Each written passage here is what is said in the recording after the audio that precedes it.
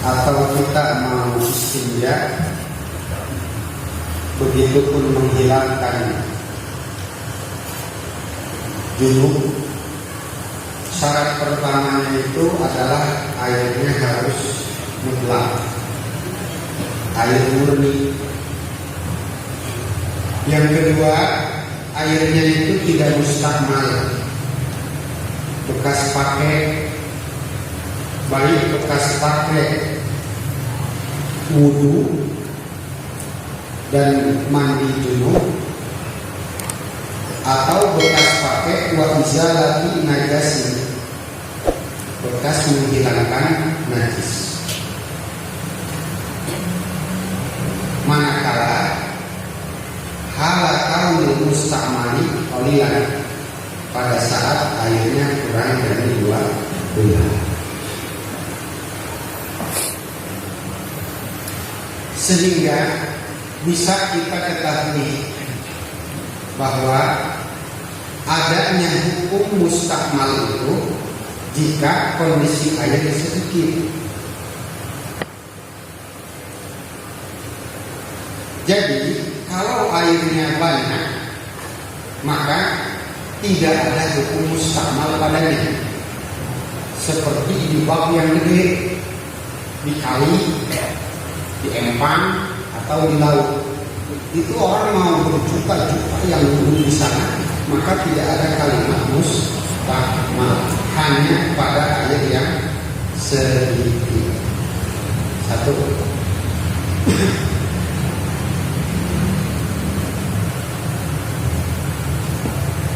Sehingga hukum mustakmal ini akan hilang jika airnya jadi banyak, walaupun asalnya itu mustakmal.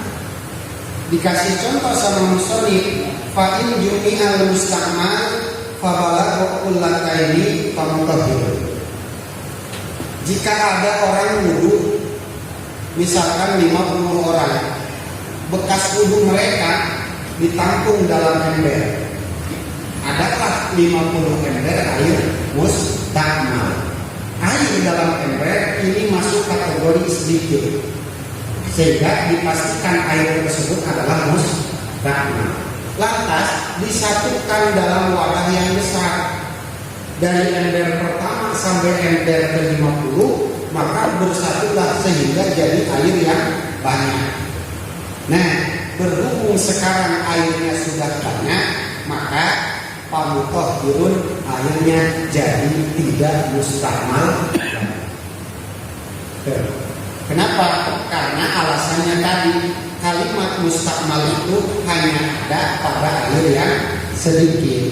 Kalau air banyak, tidak ada kalimat mustakmal.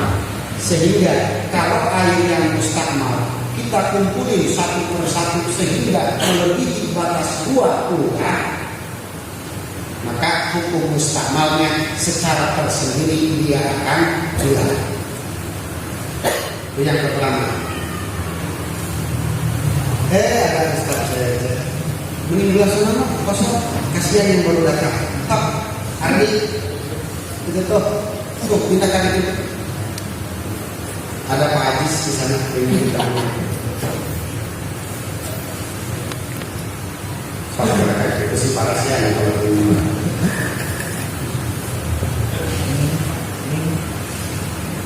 Yang kedua, kama lau jumi'al mutanajis fabala kullataini wa lam yatagoya wa in qalla ba'du bitafriqi. Selain hukum mustakmal, ada lagi yang disebut hukum mutanajis. Apa itu mutanajis? Adalah air yang terkena najis, baik itu airnya yang datang pada najis atau najis yang datang pada air. Itu pun sama. Hukum mutanajis jika pada air ini terbagi 2. Satu, kalau airnya kurang dari 2 bulan terkena najis, maka otomatis mutanajis, walaupun tidak terlihat perubahan, walaupun kita cium nggak bau najis, Ya, mencegah kan itu. Ya, sama. Walaupun enggak bau najis, walaupun warnanya enggak warna najis, begitupun rasanya. Kalau air sedikit terkena najis, otomatis muka najis. Saya kasih contoh. Ada ember di kamar mandi. Itu di ember airnya penuh, tapi ember enggak bisa jadi anak. Terus ada supir ini berenang tuh. Ya. Saya kasih contoh supir sebab lagi jadi bisa bilang mulai ini nantung. Ini nantung ngajar tembok nyikat balik ini karena ember, maka air di ember walaupun hanya beberapa cipratan dia otomatis sudah najis. Sehingga Rasul melarang juga kalau kencing jangan berdiri.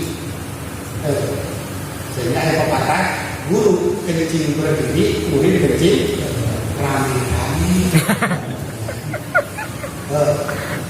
Dua, jika airnya banyak, maka ini yuntazor, lihat. Kalau air banyak terkena najis tidak berubah, baik warna, rasa atau aroma, maka ini air selamat. Kayak air di kali, ada emak-emak kencing di sana. Kira-kira berubah nggak airnya? Enggak. Ya, maka air di kali tetap mutlak, tidak bukan najis. Beda kalau yang kencing satu kecamatan, suruh barang-barang tuh di kali. Ya. Dia otomatis cairnya jadi berubah warna, rasa atau aroma, maka itu jadi bukan najis. Air yang banyak terkena najis lantas ada yang berubah, maka itu jadi bukan najis. Betul. Nah, sekarang bagaimana kalau air yang banyak kita diemin lama-lama terus berubahnya hilang? Itu. Maka ini kalau memang perubahannya sudah hilang, air kembali tawar, maka ini hukum mutan najis jadi hilang juga. Air kembali pada netral. Makanya kadang-kadang air di sini bau, tapi habis ke hilir jadi lengit baunya, gitu. Karena memang sifat air seperti itu, kayak perubahan.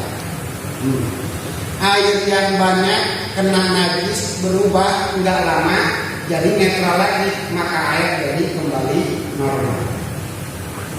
Begitupun jika ada air mutanajis, kita kasih contoh ada 50 ember, semua air najis, kena ciprat air kencing misalkan, terus dikumpul ke dalam satu wadah yang gede, sehingga air tersebut mencapai 2 kulah. Mutanajis ditambah mutanajis sehingga kumpul 2 kulah, pas dilihat warna tidak berubah, kita cium baunya tidak berubah, kita jelas rasanya tidak berubah, maka pamutahhirun ini hukumnya jadi normal kembali. Bisa kita pakai wudhu, bisa kita pakai mandi junub dan lain sebagainya. Walaupun wa in qala ba'du bitafriqihi, walaupun setelah dikumpulkan dalam satu bak sama cek diambilin lagi satu ember lagi. Bagaimana? Boleh. Tuh. Asalnya bukan najis 50 ember disatukan dalam tempat yang gede. Tidak ada perubahan, maka ini air jadi mutahhir, bisa dipakai bersuci. Lantas setelah itu diambilin lagi satu ember lagi jadi 50 ember, maka ini bisa dipakai wudhu dan lain sebagainya. Sama halnya air mustamal tadi. Kalau air mustamal ada 50 ember, kita satuin mencapai 2 kulah, maka ini bisa dipakai wudhu lagi. Habis itu kita ambil lagi satu ember jadi 50 ember. Boleh air di 50 ember tersebut kita pakai wudhu dan lain sebagainya. Kenapa? Karena tadi mustakmal itu hanya ada pada air yang sedikit. Kalau air yang banyak tidak terpengaruh. Setuju Bang Cecep? Yang air sedikit loh. Sehingga tuh Ma'uliman mimma maro annal istimala la yasqutu illa ma'akilatil ma. Ada hukum mustakmal ini hanya pada saat airnya sedikit. Satu. Dua, wabak dan pisoli anil makan di mustakmil. Ada hukum mustakmal jika airnya sudah lepas dari anggota yang menggunakannya. Saya kasih contoh, kalau air kita pakai wudhu pas basuh muka, maka pada saat air masih menggenang di muka, itu berarti air belum berpisah dari muka. Begitu lepas dari muka, maka disitulah ada gelar air mustakmal. Air datang ke tangan, masih ngalir di tangan, belum berpisah dari tangan, maka itu air masih suci. Begitu airnya lepas dari tangan, maka di situ ada gelar mustakmal. Wabak dan bisorihi anil mahalil mustakmal. Ada sebutan mustakmal itu jika airnya sudah berpisah dari anggota tubuh yang menggunakan air tersebut. Saya kasih contoh, saya kasih perbandingan. Kalau udah belum dicerai, udah disebut janda tuh. Hah? Kalau belum diceraikan, belum kan? Begitu. Jadi yang namanya janda itu udah cerai dari suami atau suaminya meninggal duluan, itu namanya janda. Cek bagiannya. Air pun begitu. Kalau air kita pakai basuh muka masih nempel di muka, belum janda tuh air. Ya. Tapi begitu lepas, maka di situ ada kalimat mustakmal. Anil ma'anil mustakmilin. Itu yang kedua. Berikutnya, mana? Walau hukman, walaupun berpisah secara hukum. Jadi air berpisah dari tangan, air berpisah dari anggota itu ada dua. Satu berpisah fisik, ya, berpisah secara fisik, kelihatan, nampak banget. Kayak dari wajah sudah lepas, dari tangan sudah lepas. Yang kedua secara hukum, ya, secara hukum, seperti kumaha kaan jawaza mankibal mutawadi. Seperti ada air melewati mankibal mutawadi, bahu orang yang wudhu.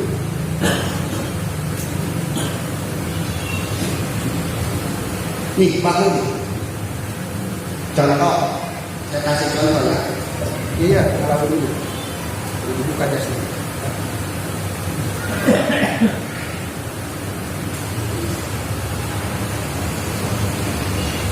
Ambil air. Mankib ini nih. Mankib dari sini sampai sini. Ada air datang ke sini. Nih. Ini wajah bukan? Bukan kan? Datang ke sini. Habis ini kita tarik lagi tuh. Nah. Datang ke sini air. Kita tarik lagi ke atas. Wajah batasnya ini.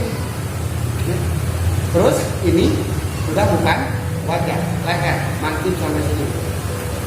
Nah, sekarang ini air sudah berpisah dari wajah, tapi secara fisik masih nempel dulu. Ya. Tapi terus kita balikin lagi ke atas. Maka itu air yang balik lagi ke atas sudah dinyatakan mustakmal. Kenapa? Walaupun menurut fisik belum berpisah, masih nempel di kulit kita, tapi secara hukum itu sudah dinyatakan berpisah. Kenapa? Udah keluar dari wajah. Karena mahalul mustakmilnya adalah wajah. Sampai di sini tidak dapat dipahami. Wa in ada mahali, walaupun balik lagi pada tempatnya. Awin takola min yakin ila ukhra.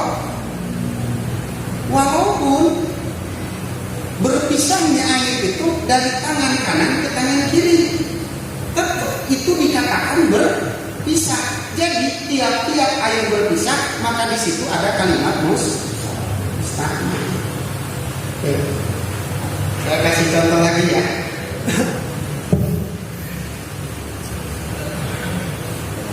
Ini, kita ambil nih, suruh lu, gitu.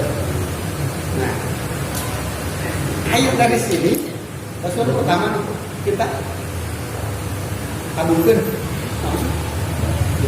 pindahin ke sini. Sedangkan ini baru pertama kali dibasuh. Saya katakan, kalau pertama basuhan itu basuhan yang wajib. Lepas dari sana air jadi mustaqmal. Ini air yang ini kita lepas di sini. Maka air yang datang ke tangan kiri itu sudah mustaqmal. Kenapa? Sudah berpisah dari tangan yang kanan. Sedangkan tangan yang kanan adalah mahal mustaqbil, anggota yang menggunakan air. Lakinya tuh di sini nih. Ya. Nih, si air kawin sama tangan ini. Begitu lepas berarti udah cerai. Pisah ke sini udah jadi jaga. Air itu. Gitu. Setiap air berubah, setiap air berpisah dari anggota yang menggunakan air tersebut, maka di situ ada hukum mustaqmal. Kecuali na'am la yadurru fil muhdis infisalul ma'i minal kafi ila sa'id. Terkecuali ini mah kalau berpisahnya itu masih dalam satu tangan, masih dalam satu anggota. Saya kasih contoh, wudu pakai jam tangan. Ya, wudu pakai jam tangan. Kita ambil air. Terus turun dari sini. Begitu pas kena jam tangan, air loncat. Tuh, air loncat. Jadi sempat berpisah dulu dari kulit tangan, nggak lama nempel lagi.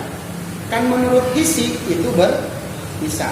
Harusnya mustaqmal. Tapi berhubung baliknya masih di tangan itu juga, maka ini dikecualikan. Jadi nggak masalah.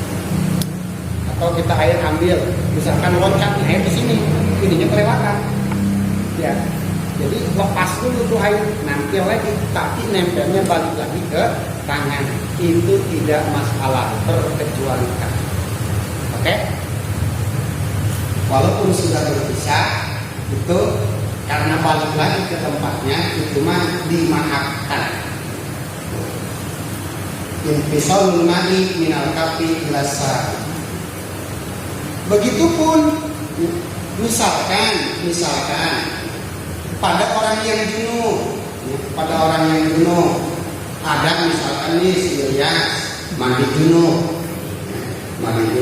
Begitu mandi junub, nawaitu al-ghusla li rabbil jinabah atau nawaitu ghusla wajibah lillahi ta'ala. Jubu kena kepala orang. Jatuh ke dada, leher kelewatan. Berarti ada pisah dulu dari sini. Pisah dulu, nempel ke dada. Gimana? Itu pun wala dimaafkan. Layak dulu tidak madarat junub pada orang yang sedang mandi junub.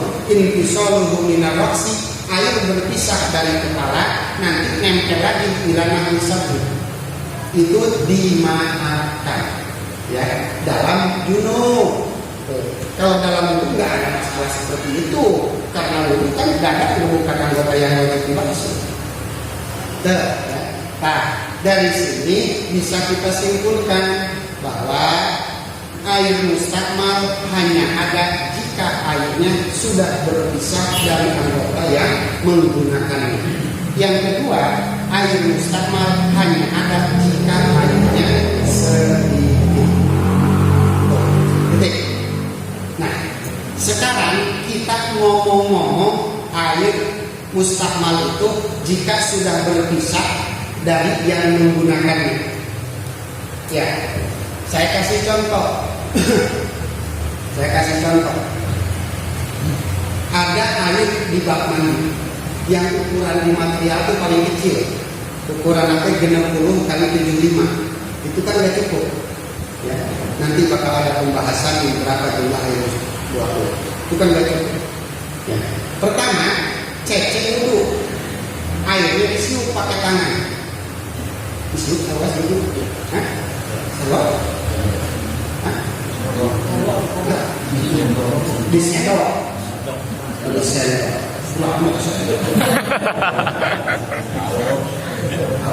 Disauk. Cek nyaut kai.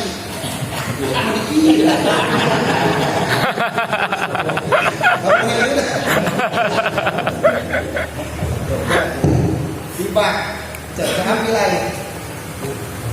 Mau basuh wajah. Saat itu hanya wajah dulu, tangan belum. Ya, tangan belum. Ambil air di bak mandi. Terus airnya dibawa agak renggang dari bak. Ya, sebelah sini. Air dari wajah mustakmal, nggak ada yang nyiprat ke bak mandi. Maka air di bak mandi masih aman. Ya, masih aman. Tapi begitu cecek mau basuh tangan, ya, dimasukin tangan ke dalam bak. Gimana? Aman selama tangan cecek masih di situ. Gimana? Karena begitu tangan diangkat berpisahlah air dengan tangan, otomatis mus. Jadi ini sholat bapak-bapak. Ya, itu mobilnya. Kenapa? Karena setelah wajah basuh tangan, sekarang tangannya dimasukin sama cecek. Mau ujungnya doang, ininya doang, begitu. Berpisah udah otomatis bersama. Kenapa? Saatnya basuh tak. Betul. Jadi para BH Walau diambil seperti basuh muka. Iya, walaupun diambil seperti basuh muka, karena yang jadi patokan, yang jadi dasarnya itu air berpisah dari tangan itu di situ. Nah, kata si cecek lah, kalau tangan gua masuk ke air, airnya jadi mustakmal, tapi gayung 50 balik tuh masuk ke air, air jadi mustakmal enggak? Enggak. Kenapa? Dia gayung. Oke. Pada saat tadi tangan dipakai hidup air buat wajah, mustakmal enggak air? Enggak. Kenapa? Satu, bukan bagian tangan. Ya, yang kedua itu tangan statusnya jadi gayung ini. Ya, jadi tangan kita jadi fungsi dirinya terjadi gayung.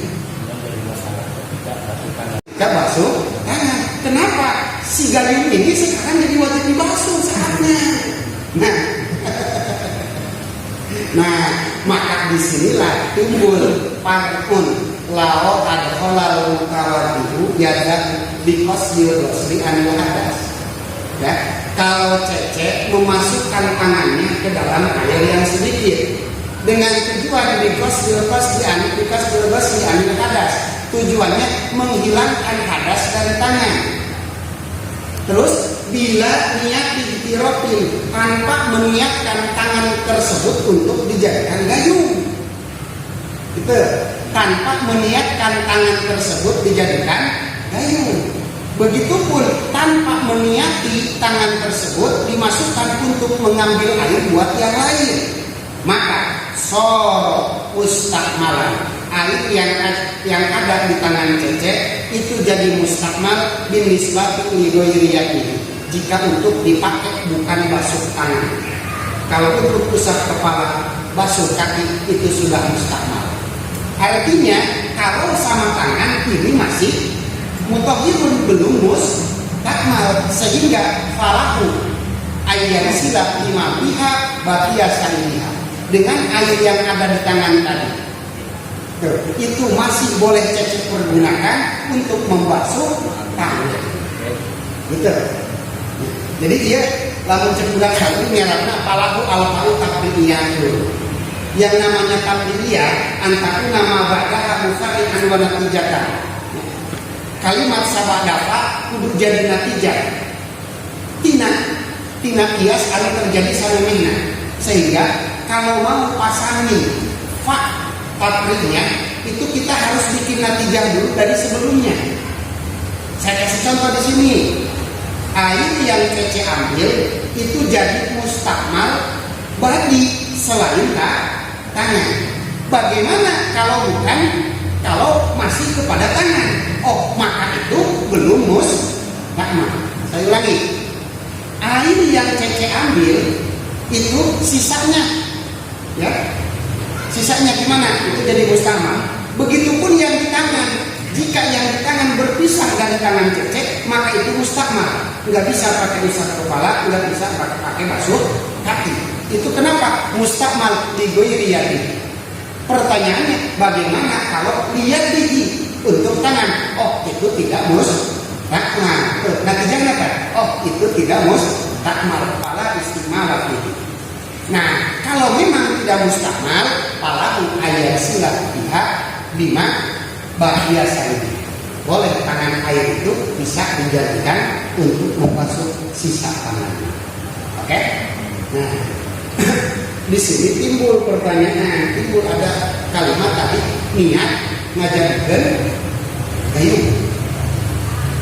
Tangan dijadikan gayung. Berarti dong kalau begitu, karena tadi gayung mah 50 kali mondar mandir ke bak itu air yang ada di bak udah mustakmal. Ya, terus begitupun pada saat Cece ambil ini itu tidak mustakmal. Bagaimana kalau sekarang untuk basuh tangan, ini tangan kita niatkan sebagai gayung, masalah enggak? Oh, kalau itu tidak. Jadi dengan Cece giginya dianggapnya gayung. Tangan Cece jika diniatkan jadi gayung, maka air yang ada di tangan, begitupun air yang ada di bak mandi, setelah tangan Cece melepaskan diri, lepas dari bak mandi tersebut, itu air yang ada di bak tidak mustakmal. Begitupun air yang ada di tangan Cece masih bisa dipakai untuk membasuh tangan. Kenapa? Tangan Cece waktu itu statusnya sebagai gayung. Kalau tangan lukanya itu parah apa? Gayung kan terus salah.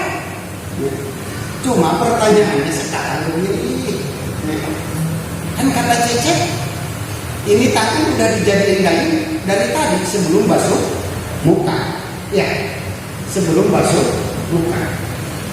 Nah, sebenarnya sebelum basuh muka, ini nggak ada masalah.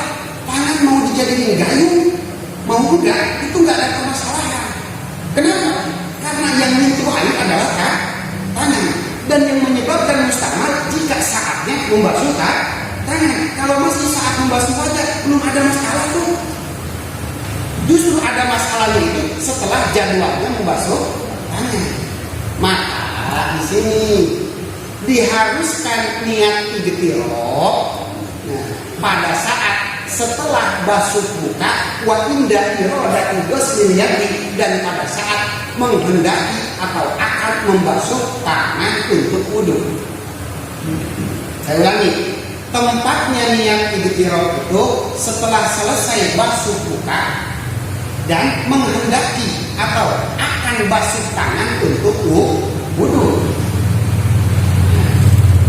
Setelah basuh muka dan akan basuh tangan untuk wudu, maka tidak dihitung niat igtiraq jika sebelum basuh muka. Kenapa? Belum jadwalnya tangan. Oke? Dua, tidak dihitung juga jika niat igtiraq setelah basuh tangan. Kenapa? Jadwal tangan sudah lewat. Air sudah terlanjur tangan. Tiga, jika ambil air memasukkan tangannya itu bukan untuk ghuslul hadas, tapi ligordin akor misalkan. Habis basuh muka, ya kan harusnya basuh tangan. Aja itu Cece misalkan ya didinya aja, kayak cacak. Terus Cece ngambil air pakai tangan di situ, pakai nyiram tai cacakan. Air masuk ke tangan, masuk ke air, masuk kan? Itu saatnya basuh tangan dulu. Padahal udah habis buka, saatnya basuh tangan. Tapi sekarang Cecep masukkan tangan Cecep bukan untuk membasuh tangan, tapi untuk ngambil air. Itu namanya biqasdil akhdil ma'i li ghardil akhar. Mengambil, memasukkan tangan ke dalam air dengan tujuan bukan untuk membasuh tangan wudu. Maka itu tidak mengakibatkan mustahmal. Ya, saya garis bawahi tempatnya niat ihram itu ba'da ghusl wajhi, setelah membasuh muka, wa inda iradati ghusl yadi, dan pada saat akan membasuh tangan untuk wudu. Sehingga kalau membasuh tangan bukan untuk wudu, maka itu tidak mengakibatkan mustahmal walaupun tanpa diniati ihram. Habis basuh muka, ya di tangan ada kotoran, ada cat atau air gincu, ya, kita ambil air itu, ya, dibersihin ini. Tujuannya apa? Untuk menghilangkan penghalang tadi, menghilangkan gincu, menghilangkan ini. Tuh. Baru habis itu kita basuh tangan yang beneran. Nah, diharuskan berniat-niat ihram itu pada saat akan basuh tangan untuk wudu. Itu cek ya. Ba'da ghusl wajhi wa inda iradati ghusl yadi. Ini wajib diketahui dan wajib praktek. Mesti ngalamin. Kenapa? Karena kita bakal dihadapi situasi seperti itu. Kita mau wudu, nggak ada payung, sementara airnya sedikit. Kita mau angkat baknya nempel. Bayangkan, lalu bak menempel di tembok. Jadi itu, ya, air sedikit. Kita mau wudu, masak. Baknya akan diangkat, dan nempel. Maka caranya seperti itu, ambil air pakai tangan. Nawaitu al-wudu'a lillahi ta'ala. Bari jauhkan ini bak mandi. Ambil lagi. Habis, baru sebelum tangan kita dimasukin ke bak mandi, niat dalam hati, ya Allah, saya niat tangan ini dijadikan kayu. Gitu. Ya, panyuk lah. Saya niat tangan ini dijadikan panyuk, tadinya jadi kayu. Terus diangkat jadi kayu. Jauh kan? Masukin, baru basuh. Ya, itu habis itu niatkan, ambil lagi. Beres, tuh selesai. Air yang ada di sini bisa dipakai untuk, dan yang ada di bak itu masih normal, masih netral. Kenapa? Tadi yang masuk bukan tangan tapi gayung. Tadi kita baru sudah.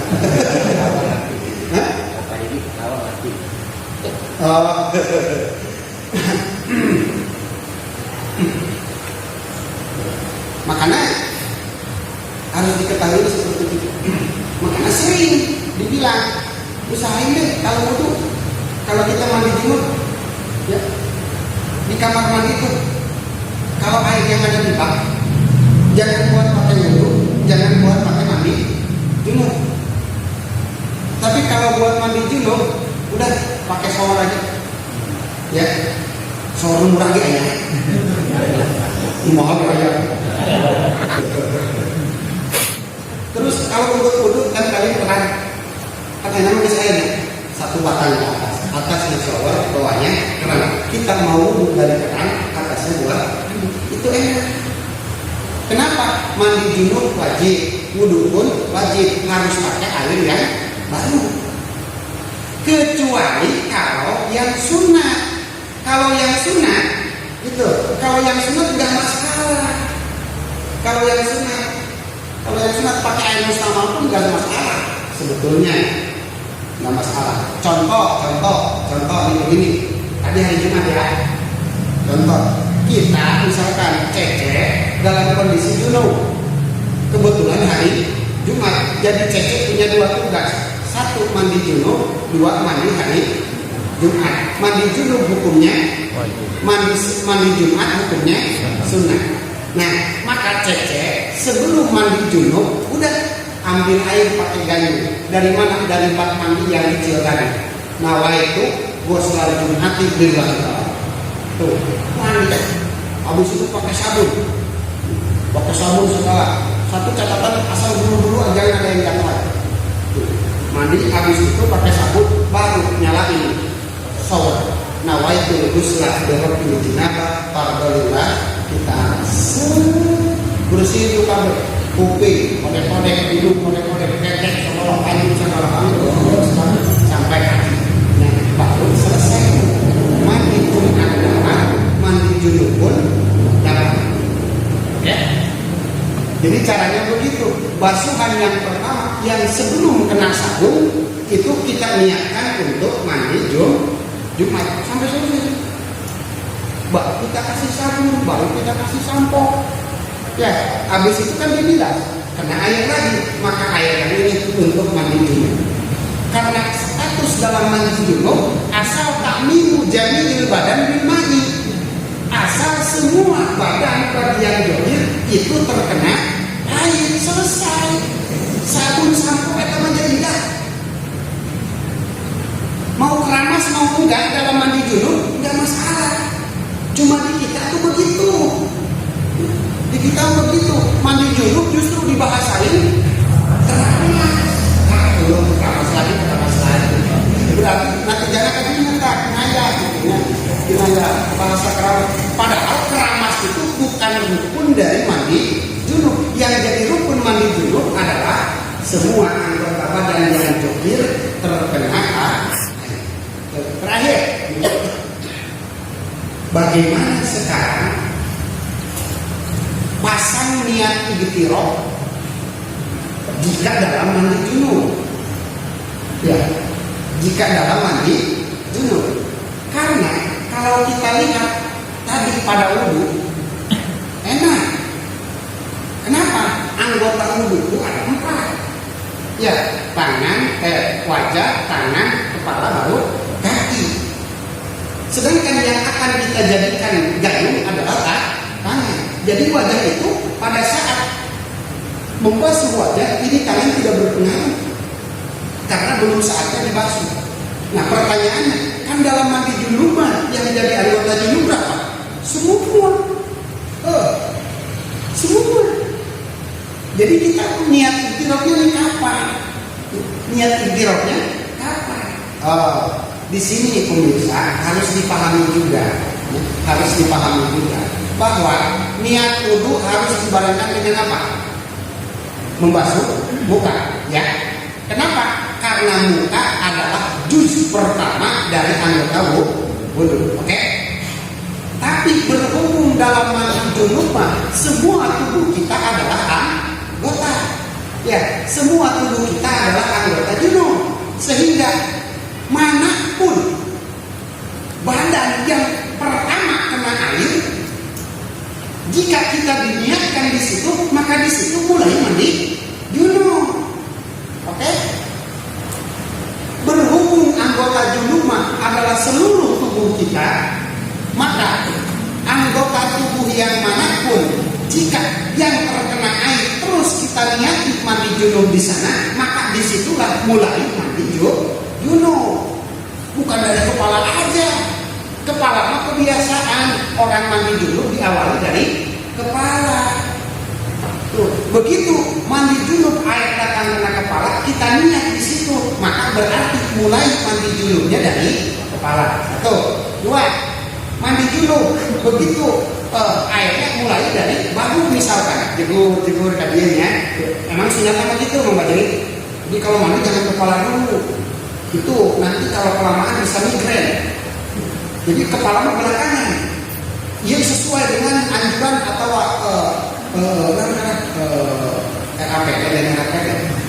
pada ilmu satpam lah. Itu satpam jadi. Saya pun kalau habis pegangan mandi itu kepala bagiannya. Jadi tubuh dulu semua, baru kepala terakhir. Itu kalau begitu suka sakit kepala. Misalkan sekarang cecek mandi dulu, dimulai dari bang nawaitul ghusla li rabbil janabah fatul tabasur. Niatnya di sini berarti mandi junub mulai dari bahu. Gitu. Nah, cegah misalkan mandi junub jongkok, lupa lagi basuh, misalkan si cegah beda. Sebelum kan. Nawaitul ghusla li rabbil janabah berarti ini mandi junub dihitung dimulai dari kanjutnya si cegah. Manapun juz badan yang pertama kena air dan kita niatkan di situ, maka itulah permulaan mandi junub. Nah, berarti niat ihtiram jika kita mau mandi junub dengan menggunakan tangan sebagai gayung, maka niatkanlah begitu tangan sedikit lagi menyentuh pada air. Ini tangan sudah tinggal setengah senti ke air. Siap-siap loh. Saya niat tangan ini untuk dijadikan anjing, udah diniatkan jadi gayung. Niatkan sebagai anjing, lah nawaitul ghusla li rabbil janabah. Berarti mandi junub kita diawali dari nawaitul ghusla li rabbil janabah. Selesai semua. Itu ini jika niat ihtiram dalam mandi junub harus dipahami, harus bisa praktekkan. Mungkin kalau bertanya pertanyaan, ini kalau mudah-mudahan bisa menjawab. Nah, cuman kalau pertanyaan kalau di luar ngaji beda dengan ngaji. Itu, mudah-mudahan nanya.